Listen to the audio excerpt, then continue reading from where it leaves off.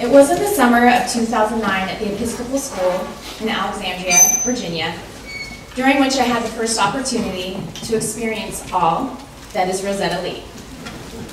I was a participant in what was then called NIS's Summer Diversity Institute, now called the Diversity Leadership Institute. There are so many memories that I hold close to my heart from that experience, one of which, not surprisingly, is the sessions I experienced from Rosetta. I learned very quickly that she has a grace, vulnerability, humility, wisdom, authenticity, and raw wit that makes her audience immediately feel connected and at home. Many from our Parker community had the same experience when attending Rosetta's workshops at this year's People of Color Conference in Anaheim. Rosetta Lee has long been among the key thought leaders in diversity, equity, and inclusion work within independent schools and across education. I'm so honored and humbled to have Rosetta with us this morning. So without further ado, please give a warm welcome to Rosetta Lee.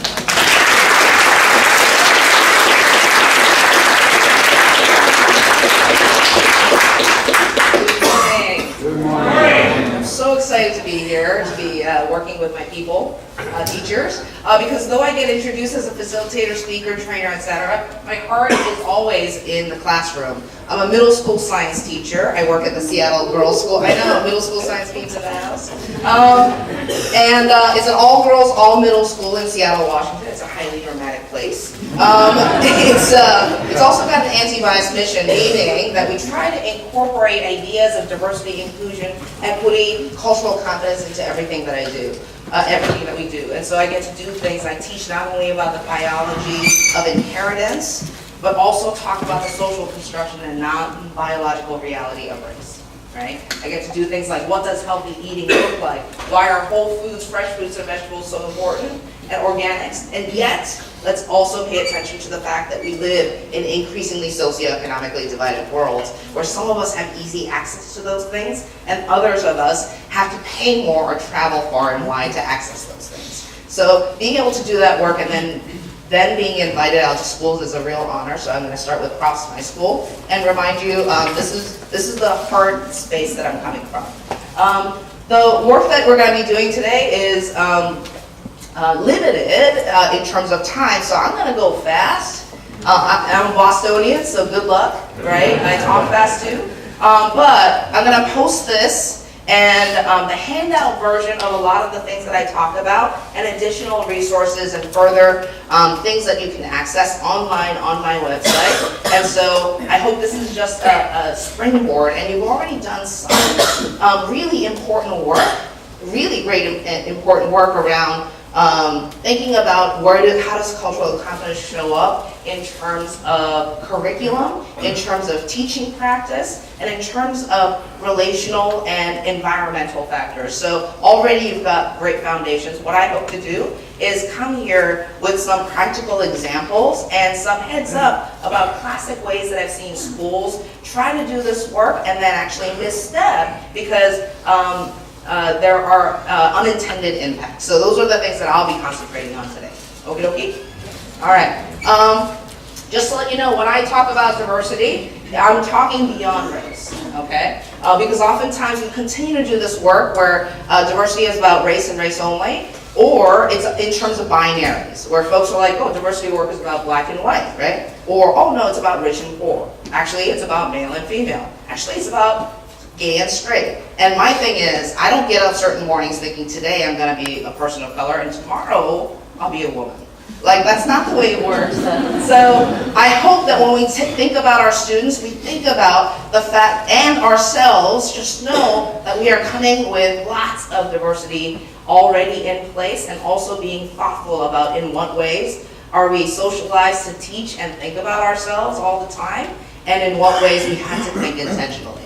And so things like internal identities like race, age, religion, sexual orientation, gender, ability, ethnicity, socioeconomic status, right? These are internal identities because we are born as that, we are raised as that, or we just are that, okay? And then at the same time, we also have external identities, like the geographic location we're in and that we come from, right? And then we have things like our appearance that communicates all kinds of things about identity and makes people make a lot of assumptions about our identity, right? Because let's face it, I can communicate lots of things about my identity, about, let's say, gender through hair, clothing, makeup, jewelry, etc. I can communicate ethnicity or culture through things like kente cloths and burqas, right? In Seattle, if you don't wear North Face or carry an umbrella, people know you're not from Seattle, right? There's also things like socioeconomics, right? Because when I wear a sweatsuit versus a three-piece suit, that's going to communicate all kinds of things. We can communicate religion or spirituality through things like symbols that we wear or religiously tied clothing like yarmulkes or Sikh turbans or hijabs.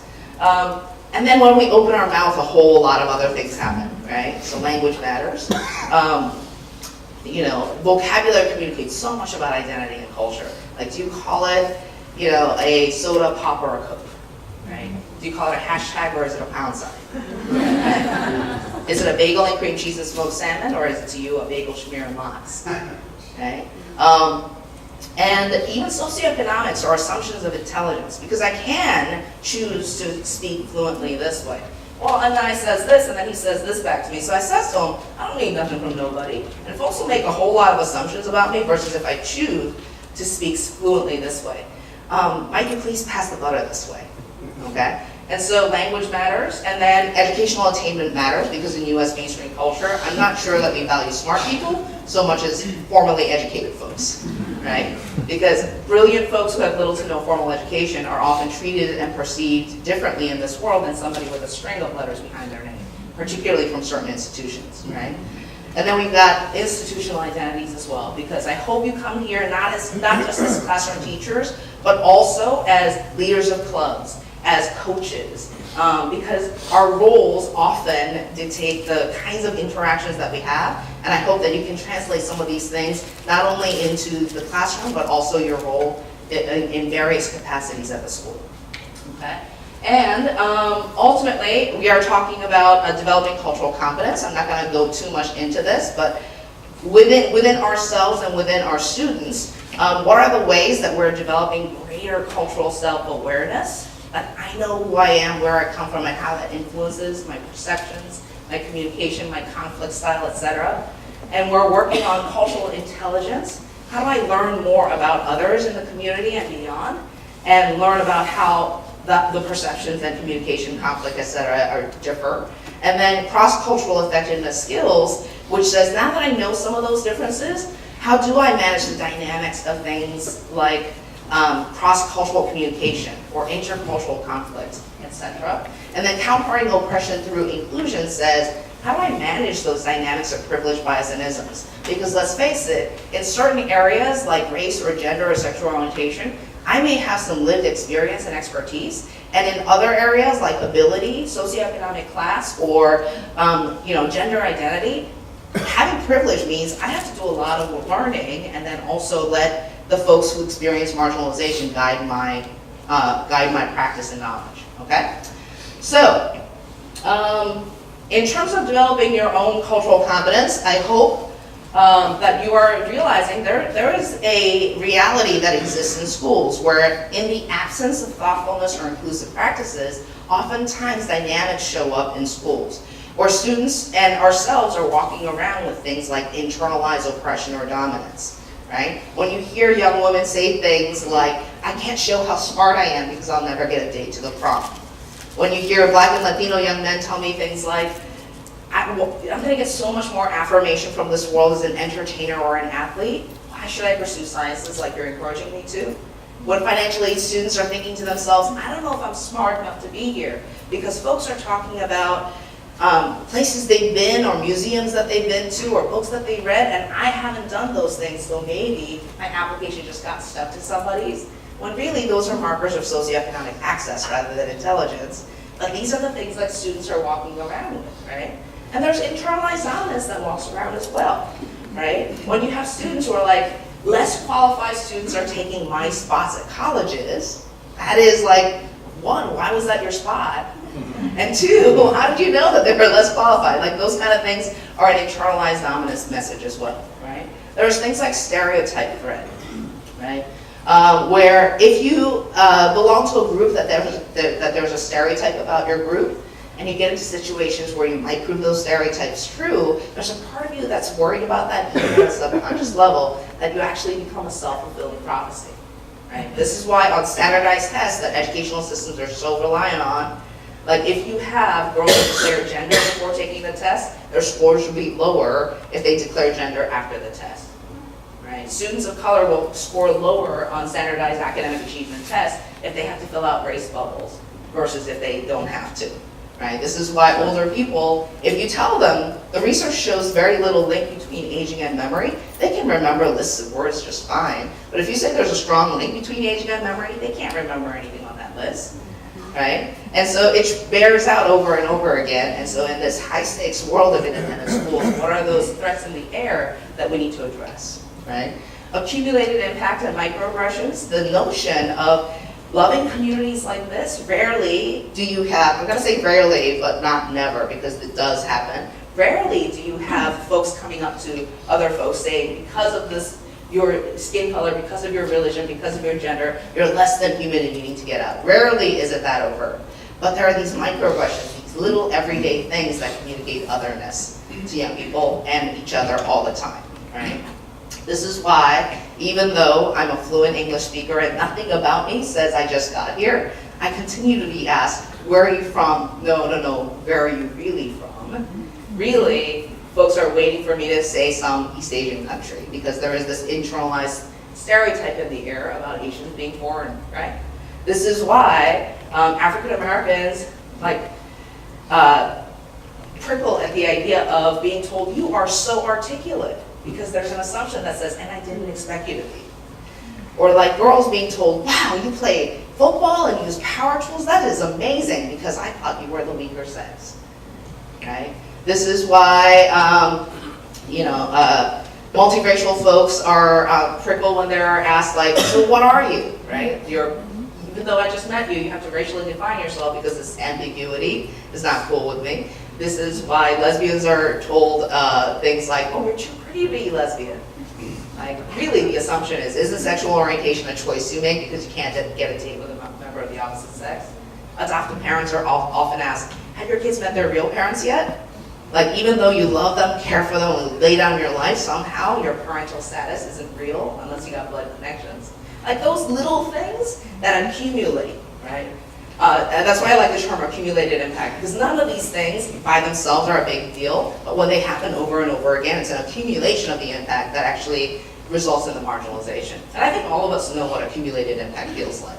If you've ever taken a road trip with little kids, you know what accumulated impact feels like, right? Because the first few times they're like, are we there yet? Are we there yet? Are we there yet? You're like, no, baby, we got 8 more hours to go. But about the 50th time, you kind of want to chuck them out the window, right? Not because you're not great, not because they're not great, but because as human beings, we have a hard time experiencing the same things over and over again. There are also folks who are code switching and mode switching to feel a sense of belonging around here, right? Where they are literally changing the way they dress, the way they act, the way they speak, the way they carry themselves. I gotta tell you, I'm on the road about 150 days a year, and I go to places in the country or work with schools. I'm not sure what their attitude around gender and sexuality is. So there are times when I'm packing for a trip where I'm literally like, okay, as an often gender non-conforming bisexual queer woman, how do I dress in a way that says, I don't prescribe to traditional gender and sexuality stereotypes, but not do it so much that I get, fired or verbally harassed or beaten up or killed. Like, what's the outfit for that? Right? But there are also young people who are code switching to be here, whether you're aware of it or not. Even at a school like Seattle Girls School, where we have this explicit anti-bias mission, there are kids code switching to survive at the school. Like, I had a colleague, we were teaching the same student, and after a weekend she told me, I saw so-and-so in our home neighborhood with our neighborhood friends, and it's like I'd never seen this kid before. She was behaving in ways that I'd never seen before. She was loud and effusive and passionate and animated and, all these like big personality. And I want to know what is wrong with this kid that she won't bring that into the classroom. And my thing was, what is so unsafe about your classroom that she feels like she needs to leave that at the door, right? That conversation did not go so well, but it's something that I always wonder. Who in our community leaves what part of themselves at the door? Because frankly, the energy that it takes to code switch and mode switch is energy that's not going into things like learning math, or like making new friends, or taking healthy risks, right? And we also need to work with our students around their privilege as well. And it's hard, because privilege is like fish seeing the water, right? If you ask a fish, what's the water like? The fish is like, I don't know what you're talking about, right? But if you ask a land-dwelling animal what the water is like, they know exactly, right? They're like, oh, water, it's wet, it's heavy on my chest, I can't breathe in it, so I go up to the surface, get gulps of oxygen, I can't walk around, so these are the movements that I make. They can describe it to a T, right? And so it's one of those things where we have to give students exposure to realities that are not their own, so that they can understand there is culture, even if you don't notice it, and that culture is really strong, right? And as independent schools, we also have to reckon with our history, which is we were often founded or designed or keeping up with the Joneses wise, like we are beautiful pools for fish. We're beautiful pools for fish. And I love the fact that folks are like, we should totally let the birds and rabbits in here. And that's great. But oftentimes the questions that we're asking these days is, why are the birds and rabbits not thriving? And I'm like, because it's a pool, right? We gotta do something about the pool so that everyone, the high flyers and the fast runners, can thrive in our community and not just always forced to be good swimmers, right? And then, ultimately, I invite you to think about not necessarily, oftentimes when I do work around inclusive classroom practices with teachers, sometimes the question is like, do I have to change everything I do? And I'm like, no, that's not the point. Like, you've had students and you've had successful students, and so you know that there are many ways that your classroom is a great space for young people.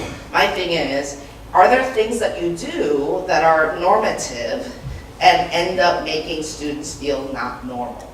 So here's the reality. We take statistical frequency and what is the most common occurrence in our population, and we design whole systems around that without always asking the question, who's not in that norm, and what do we have in place, right? Just to give you an example of this, can you raise your hand if you're right-handed? Yeah. Can you raise your hand if you're left-handed? Yeah. Anybody ambidextrous? Yeah. So this is the way it pans out in human population. Most everyone is right-handed. There are some who are left-handed, and then very few who are ambidextrous. And once upon a time, left-handedness was considered not normal, right? It was considered a signifier of intellectual defectiveness. Left-handed folks were considered evil. The word sinister actually means left-handed, right? Left-handed children, their left hand was tied behind the back and forced to do things with their right hand, or if they wrote in their left hand, they were slapped and then forced to write with their right hand, and then graded poorly for penmanship, right? And it is really tempting to be like, oh, thank goodness, now we're in such an enlightened place, and we recognize that handedness is just a part of human diversity, and we live in such a post-leftist world, right? But we don't pay attention to the fact that in lecture halls, the desks are often mounted predominantly for the convenience of the right-hander. We set up computer stations where the monitor is here and the mouse is here for the convenience of the right-hander. We walk up to ATMs where the monitor is here and the touchpad is here for the convenience of the right-hander. Ergonomic scissors should really be called ergonomically designed for the comfort of the right-hander scissors. Right? Microwave ovens were designed with the right-hander in mind.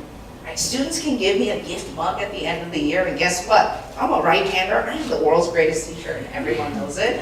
But as a left-hander, I'm the world's greatest teacher, but only I know it.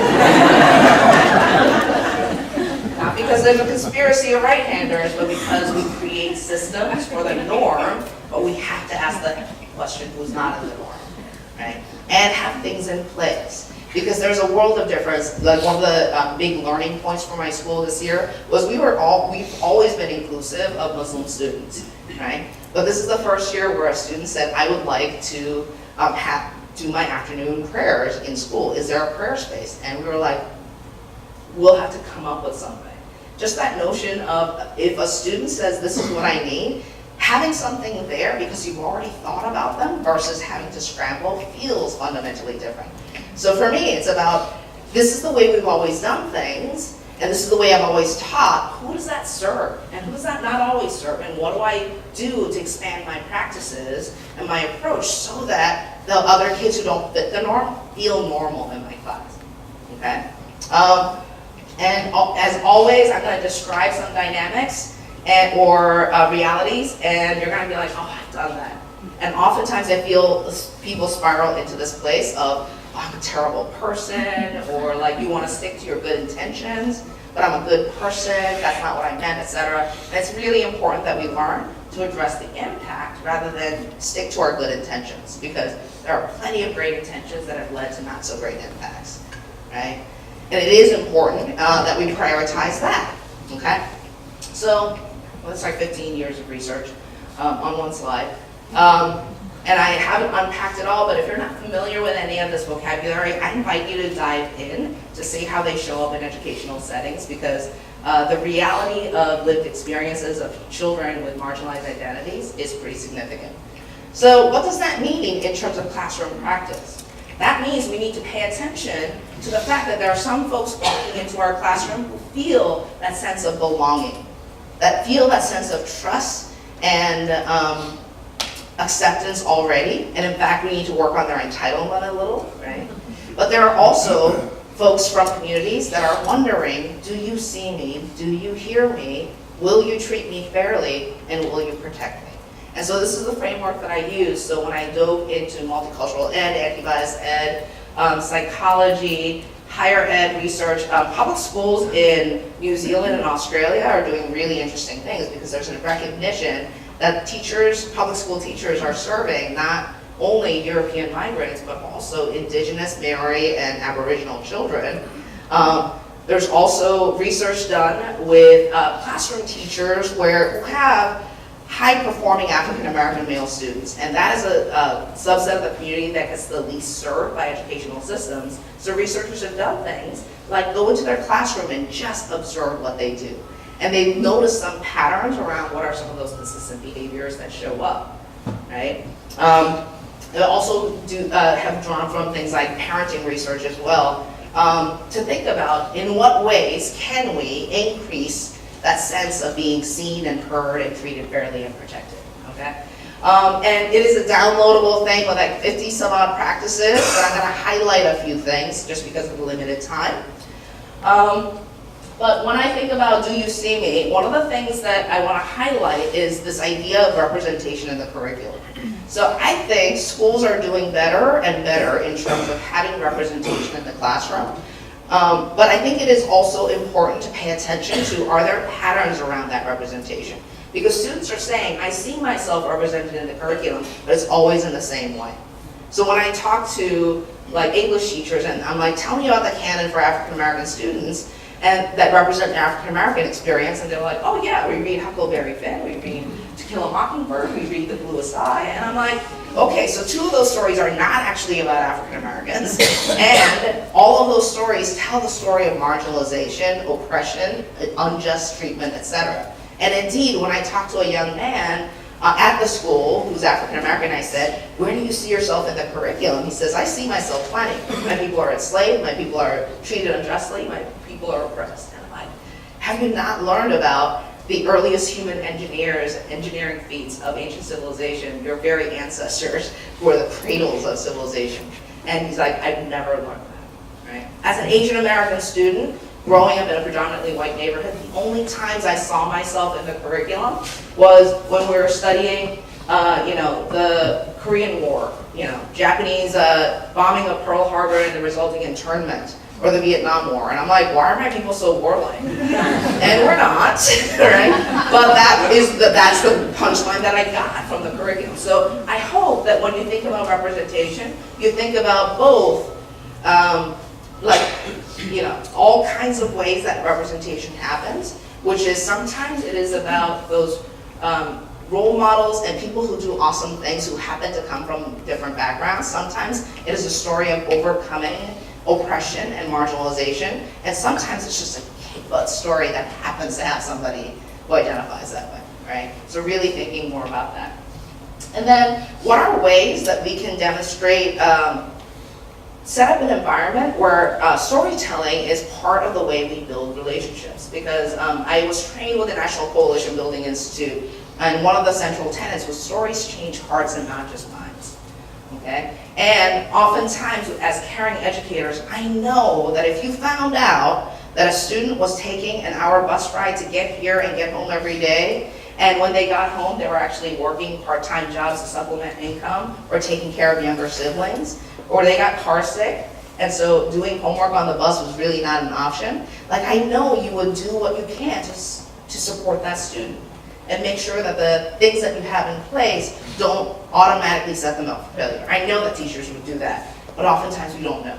We don't find out until they graduate and they come back and they tell a story of what it was like to go to school here. But my thing is, why would they tell you those stories if they don't know where you stand, right? And so I'm a big fan of, we have to be willing to go first. We have to be willing to demonstrate that authenticity, vulnerability, and that allows for the trust to increase that students might say something, okay? So one of the classroom practices I have is this. Whenever I have a project that has stuff involved, supplies, etc., I always provide everything, and I don't let the kids use anything outside of what I provide. And inevitably, I have students who are like, why are you doing that? I've got glitter glue, I've got stencil cutouts, like, I've got great supplies, and I can make this project so much better if you would just let me use my own stuff. And I'm like, I guess it comes from the fact that I was one of the few working class kids in a predominantly wealthy neighborhood, and teachers would assign stuff all the time. Stuff all the time, right? They never provided the stuff, they just assigned stuff. And so for me, if I had a science poster that was due, that meant I went down to the local Walgreens, got the 5-cent poster board, I gathered up all the pens and pencils and highlighters that I had lying around the house. I neatly wrote everything and lightly in pencil first and went over in pen. Sometimes my color choices were black pen or blue pen, so I added textures, I hand illustrated everything. I was a hardworking student, so the content was always awesome, right? And so, modesty. And come the day of the presentation, I would tape up my poster board on the board, ready and proud to show off my work. On either side of me would be classmates with their trifold, cardboard display boards with the store-bought stencil letters, colored paper, shiny stickers, photographs or photocopies for illustration, like there were blinking lights and dancing girls. That's never what bothered me. That never bothered me because my parents purposely took an apartment they could barely afford on the rich side of town so that I would get funneled into the good public school, right? So I knew I was never going to have what my classmates had. The thing that broke my heart every single time was when teachers told me, I wish you had put more care and effort into this project. When I knew that I tried harder and worked so much harder than anybody else in that room, right? And there were good people, they didn't need to grade my stuff, but that's what they did, right? So as a teacher, I'm human, I'm gonna get distracted by this stuff, so I figure if I provide the same stuff, and yours looks awesome, it's because of you, right? That's why I do what I do. And you bet.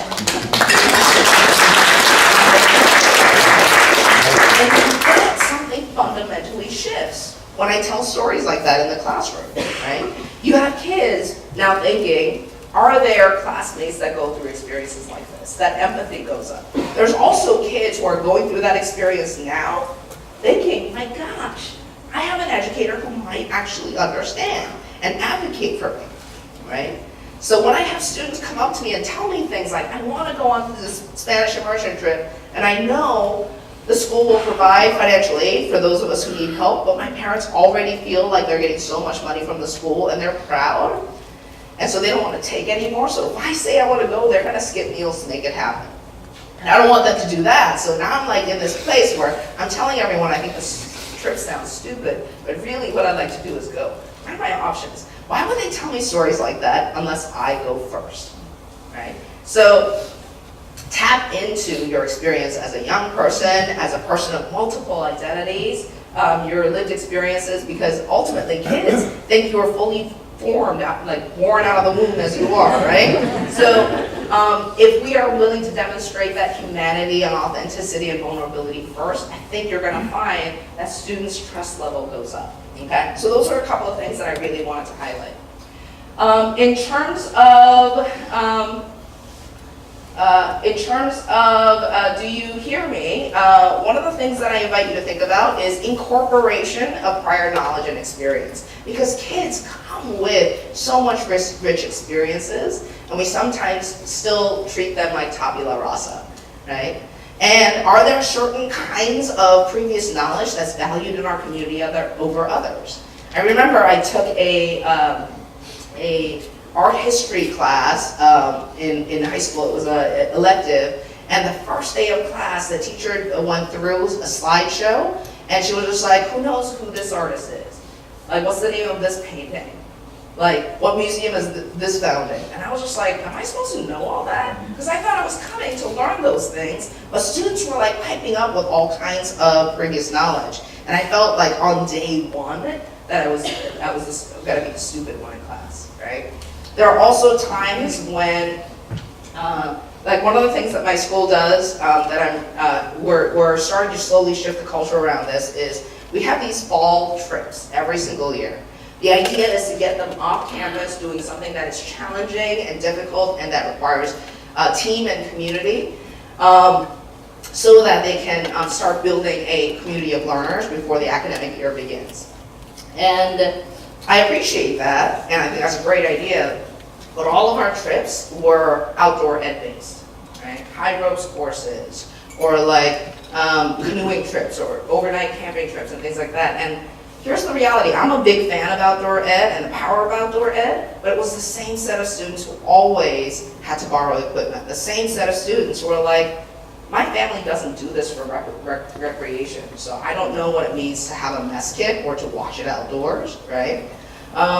Some kids were like, oh yeah, I go to Camp Rosetta every year and we do this high ropes course all the time. Like, so for me, it just set up this, like, who are the haves or have-nots or knows or not knows every single time. And my thing was, Seattle Girls School is in the Central District of Seattle, which is an urban neighborhood. It's a historically black neighborhood. Within a 5-block radius, there are like 20 different bus lines that crisscross. I'm like, why can't we, one of those trips, give kids a bunch of bus passes and give them a city map and do an urban scavenger hunt? Because I guarantee you it's a different set of kids who will know what to do, right? So I invite you to think about, are there like previous knowledge or experience that can be helpful? And sometimes it like makes you more relatable too. There was one year in the 7th grade when I was responsible for teaching grammar. I'm a grammar geek as well. But I used to take song lyrics, right, and then grammatically correct them. And that's the way I would teach a lot of grammar lessons. And I would always use songs that I like, but then I'm like, why am I doing that? So I started having kids bring in songs, and it was amazing how the kids who like had that cultural experience or background experience just lit up just because I used something that they were familiar with, right? In terms of, let's see, seeking and responding to student feedback, I'm a big fan of, let's not try to figure out the mystery that is our students so that we can serve them better. I'm a big fan of, let's ask those questions, right? And what are those impact things that maybe I'm not even aware of, right? So I'm a big fan of beginning of the year surveys where I ask students, like, tell me about some of your favorite teachers. I don't need to know their name, but what kinds of things that they do in the classroom and beyond that made you feel really successful or made you feel like you really belonged, right? Tell me about some of the teachers that you struggled with. Like, what were some of their practices and approaches that really, like, got in the way for you, right? I want to know that instead of figuring that out mid-October through trial and error. I will also do a late October survey to get a sense of, you know how I am as a teacher now, what's working for you, what's not. I can't change everything always, but I can at least adapt what I can or come up with alternatives where I can.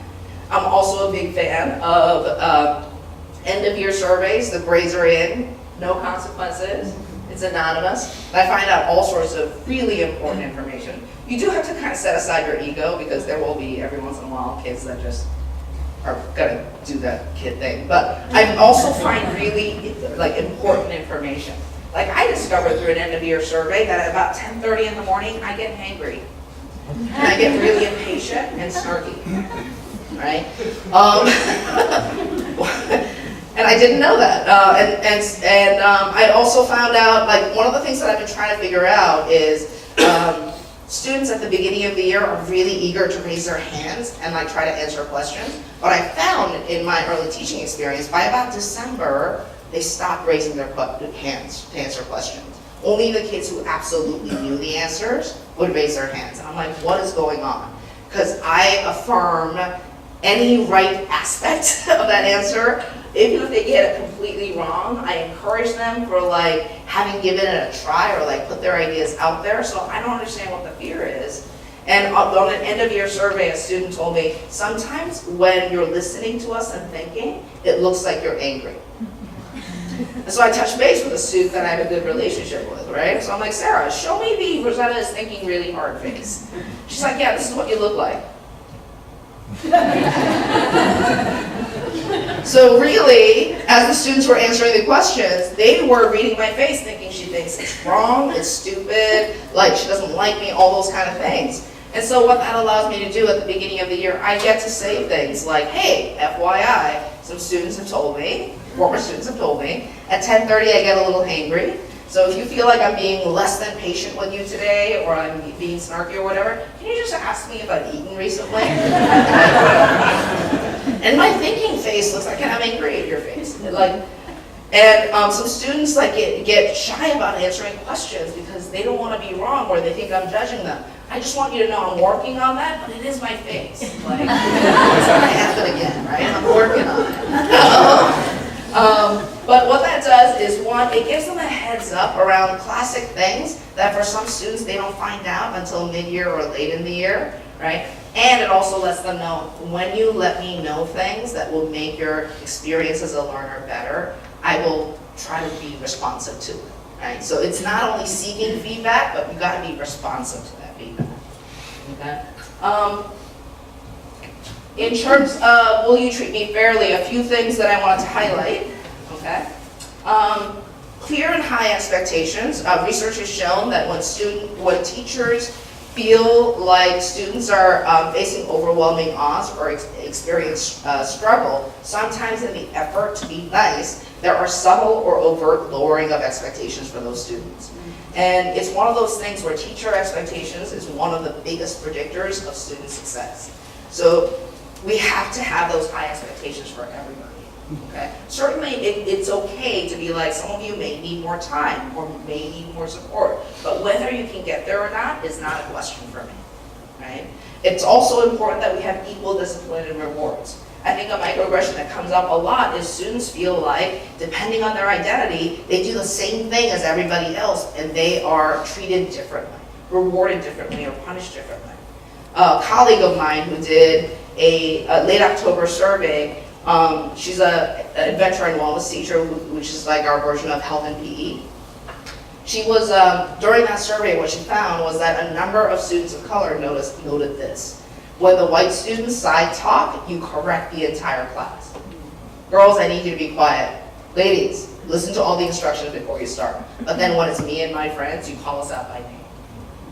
Quinisa, I need you to pay attention. Kiana, I told you not to start until I got through with instructions. Okay? That makes us feel bad. And she had no idea she was doing it.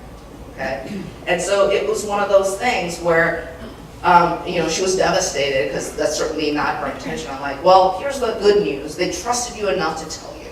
So now you just got to be responsive, right? And so what is that thing you always do when students are side talking when you're giving instructions? So that it is a standardized result and students are not questioning whether I'm getting treated differently because of who I am, right? Support and struggle and push and success has to do with what is embedded into our classroom practice or our assessment practice that actually measures growth. Because what I find is that traditional assessment systems, they're like, here's 100%, here's perfection, and here's your distance from it, right? And I find this to be the case often where, like, let's say I do a pre-unit assessment, and I find that one student, student A, gets a 50% on that pre-assessment. and another student gets an 85. Whatever previous knowledge, experience, other schools that they come from and what they got exposed to, their parents, their resources, etc., whatever the case, the starting point is different for those students. At the end of the unit, when I do the post-unit assessment, the student who started at 50 is now at 75, and the student who started at 85 went to 87. Traditional assessment says 87 is a better student, and I disagree. Right? The student that went from 50 to 75 is actually a better student, they just needed more time. And the 85 to 87 student kind of coasted and wasted their time. Right? And so that's why I'm a big fan of things like rubrics that has growth embedded into it. So oftentimes in major projects, my rubrics will include things like critical thinking and problem solving. Do you understand the material? Have you mastered it? Can you apply it? Do you know it? Did you get it right? Right? But then there's also things like communication, because I find that there are certain kids who know the stuff, but maybe they're not great writers, and we ding them for a lack of knowledge when really they just needed a different form of communication or a different modality to communicate their knowledge. I do democratic citizenship for group projects to say, like, what was your contribution to the group?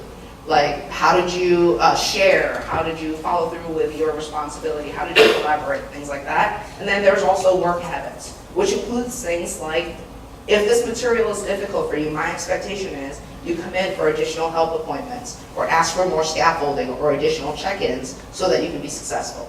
If this material is easy for you, my expectation is you're coming in for things like extensions or deeper application projects, right? So the student that went from 50 to 75, they're not at the point of critical thinking where I can say you've mastered everything I want you to as a sixth grader. That is true, right? But in terms of work habits, they did exactly what I wanted them to do. The student that went from 85 to 87, yeah, in terms of mastery, they've mastered what I expect from a sixth grader, but in terms of work habits, they have not met my expectations. Right? So this notion of how do we support students that struggle and push them to success, truly individualized learning, right? Consistent and predictable assessment, honestly, like, this is the easiest stuff to do, because it's things like making sure that the student names are at the back of the paper instead of the front of the paper. Because research shows that by October and November, we start grading reputations more than the work, right? It's things like shuffle the papers, okay? Because if you grade them in the same order every time, you grade them the same way. The same students get the same U. And I do it. I used to do this where my grade book was arranged alphabetically by first name, and I used to grade papers that way so I could just input the grades, my convenience, right? But what that meant was Allison was getting really critical feedback, like super detailed, like lots of words, like corrections, all that stuff. And then about Charlie, I figure out, oh, maybe my expectations for this project are a little bit like what I imagine they're capable of versus what they're actually capable of, or what I've taught them well is not on par. So I need to like chillax a little bit, and I get into a groove. But like by Sophia, I'm starting to get a little tired, and Zoe is like, great, right? And so shuffling the papers is a simple thing, but it makes sure that the kids get a fairer shot at getting meaningful assessment. And different kinds of success. There are certain things we assign that has to be demonstrated a certain way. Like if you want to graph y equals mx plus b, there is only one right way to graph that. I get that.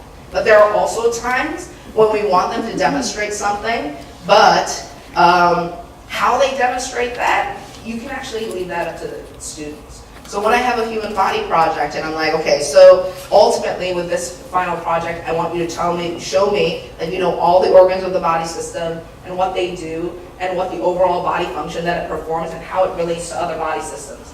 Whether you do that through a PowerPoint, a presentation, a poster, a iMovie, an interpretive dance, I don't care, that's what you need to demonstrate. And when I give them choice, it's amazing what young people will do, right? I had a young person in my class who didn't fancy herself as a scientist, but she loved writing and performing her own songs, right? So she took Katy Perry's Roar and then rewrote the lyrics about the peripheral nervous system. That thing like went on for like 14 verses. She was looking for more facts so that she can like expand her song. And I'm like, girl, the song is 12 minutes long already. But you know she wouldn't have gone that far if I told her she needed to do it in a certain way that is convenient for me to do, right? When we do classroom discussions, if we always do Socratic seminars, here's the reality. There are kids like me who will not speak a whole lot. Not because I have nothing to say, but because I have a deep cultural value around the importance of silence, pause, and reflection. Because I don't see any value in saying what somebody else has already said. I never understood big group discussions where folks were like, to paraphrase what so-and-so had said. And I'm like, why? If I've spoken 4 times and somebody hasn't spoken at all, I'm gonna like shut up for a while so that everyone gets a chance to talk. And teachers told me over and over again, you're so shy, I wish you would speak up more. I'm like, I ain't shy. I got plenty to say, but this is not the format where you're gonna hear everything from me. Certainly I do need to know how to function in big group discussions. This is not to say get rid of it, but it's that idea of can you do things like chalk talks, where you put up the questions and students write responses and relate to one another. It allows for a lot more simultaneous conversations. And I do this at a time when I start to recognize their handwriting. And it's amazing how the kids who don't speak up during big group discussions absolutely fly in those formats, right? And then Will You Protect Me is about things like understanding identity and experience. So you know what's gonna happen. I think those of us who have been in the classroom for a while, you know what happens, let's say when you're teaching the civil rights unit and you got one black kid in the room, right? And you know what's gonna happen when you teach a certain text and there's like triggering images or words, right? Look, what are those ways that we can be proactive, right? One of the things that I do at the beginning of the year is we're gonna talk a lot about identity and difference and justice and things like that. And there are gonna be times when we're talking about an issue and we're gonna have 1 or 2 people who identify that way in the room. And I gotta tell you, when I was learning about the Japanese internment, and I was sitting in the back of the room and the teacher was talking about the Japanese internment, there was this like slow, creepy head turn that happened. It's like an exorcist scene, right? And I was like, 1, I'm Korean, and 2, I wasn't there, right? And I'm like, has anyone experienced something like that? And you bet kids are like, oh yeah, I'm a Jewish person, and whenever we study the Holocaust, like, I get all these questions, like, I don't know everything, or like, it's really awkward, or like, some of the stories that I've been told in the context of family, like, those are deeply personal stories, and I don't want to tell them in school. Like, they can name all of those dynamics. So I have them come up with some norms around how will we respect people's identities and contributions when we do stuff like this. So they will do things like the person is welcome to share, but we're not going to ask them to share their perspective as a member of that group, right? And 1 year the kids said no exorcist head turns, which was funny, but whenever tours came through, I had to explain that one. But there are also like commonplace experiences that students report all the time. Like students of color getting confused for other members of the same group, right? That is a common thing that shows up in schools a lot, especially when you've got a few students. They get confused for each other all the time. And here it is. Like there is a reality, research-based reality to the fact that it is harder to distinguish members of other racial groups. Like it turns out that just like our ability to hear certain phonetic sounds disappears unless we get exposed to that language over and over again. That's why it's so hard to pick up language when you're an older person, because our ability to discern certain sounds actually like diminishes over time. Okay? Same thing with faces. Unless you've been exposed to a certain level of racial diversity, like your ability to distinguish members of other racial groups goes down. I have to tell you, my challenge group is blonde white girls. Like I can't tell any of them apart at the beginning of the year. Right? And so at the beginning of the year, I had to literally lay out pictures and go, oh, so-and-so has like a little mole right here. And like I have to like figure out how I'm going to distinguish them. But here's the reality. Me as a teacher of color in an independent school, confusing white female students, blonde white female students, is a pretty rare occurrence. But for the African American students who gets confused with the other African American students, has been happening since JK, with all of their teachers every day, right? And now they're seniors, okay? And so it's that idea of scale of impact and just being mindful. It does take work, but it is doable, right? It is things like learn how to pronounce students' names.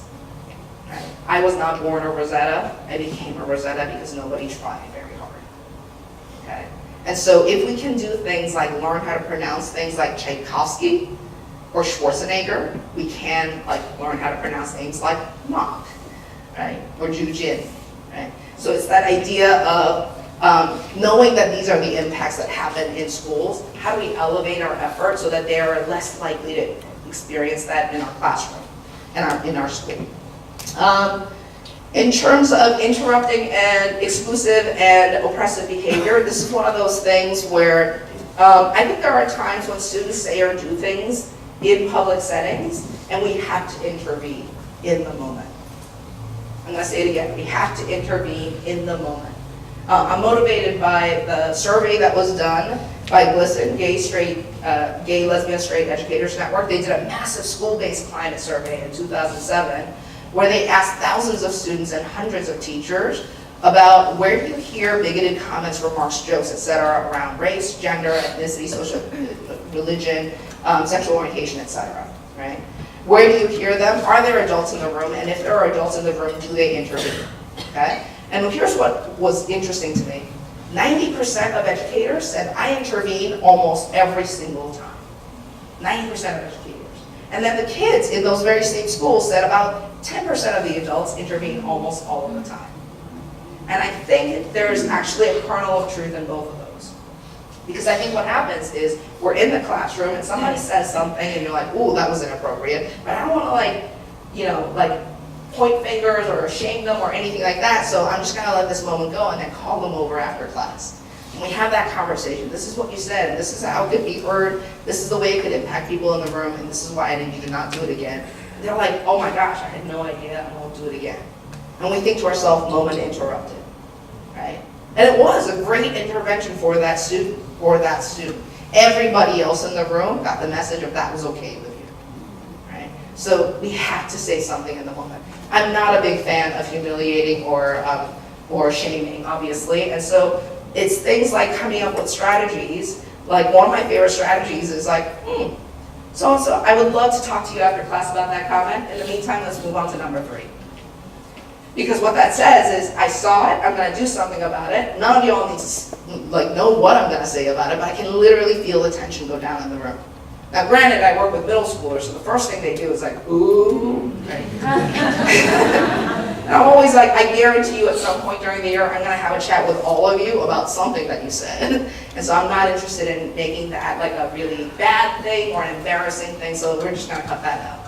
And the kids pick up the fact that that is just part of classroom culture. There are certain things that we need to pause and have a teachable moment right there, but there are some things we can just bookmark that moment and come back to it. Okay? And in terms of encouragement of and practice with collaboration, we know from the research that when it comes to appreciating people from different backgrounds, one of the best ways to accomplish that is meaningful collaboration.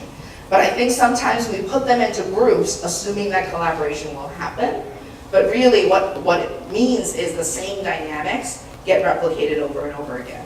When I was teaching at a co-ed school at a time when girls were not always encouraged to be active in the science classroom, whenever I would do labs, what I noticed was boys were performing the labs and the girls were documenting the data or writing up the reports.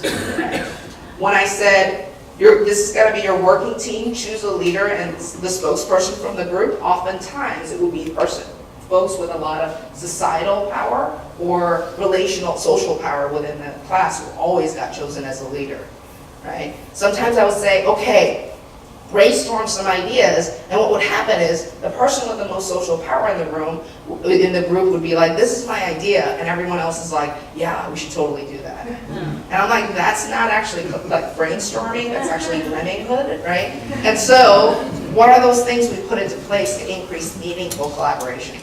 I do things like say, these are the 4 roles in labs, roles A, B, and C, and D, and this time you're gonna be person A, B, and C, and D, and we're gonna rotate so that everyone gets to practice all of the skills that are involved with doing an excellent science lab. is things like giving them brainstorming tools. Like you're gonna have 2 minutes to write down your ideas on your individual piece of paper, and then we're gonna do a gallery walk, and then you're gonna like star or like exclamation point or circle things that you think are great ideas, and then the final stage is you're gonna put together the excellence that comes from all of those different ideas and create the final idea, right? It takes more time, but again, the goal is meaningful learning, okay? 3 more minutes, woo! And ultimately, you're gonna win some and you're gonna lose some, right? You're gonna try out some things and you're gonna be like, that was brilliant, and the student who never speaks up totally owned that class. I am the best educator in the whole world. And there are gonna be days when it flops and you're like, I suck and I should not be allowed to interact with children. It's that idea of you try and like diversify and like add more things to your toolbox. I don't do the same class the same way every year. I pay attention to who's in the room and what strategies are really gonna bring out the best in the folks that I have in the room, right? So it's that idea of continue to grow and continue to evolve, because for me, this work, don't be sad. I know. For me, this is what I think about. I'm working on stretching my inclusive boundaries. There are already students that I serve really well. They thrive, they do well in my classroom, they love my class, they go off and they're like, you know, I didn't see myself as a science person, but now I do, and I'm like, that's great, right? There are kids inside my inclusive boundaries already. My job is to pay attention to who's on the periphery or who's on the outside and continue to work to stretch those inclusive boundaries so that I do more of the great things that I do more of the time for more young people.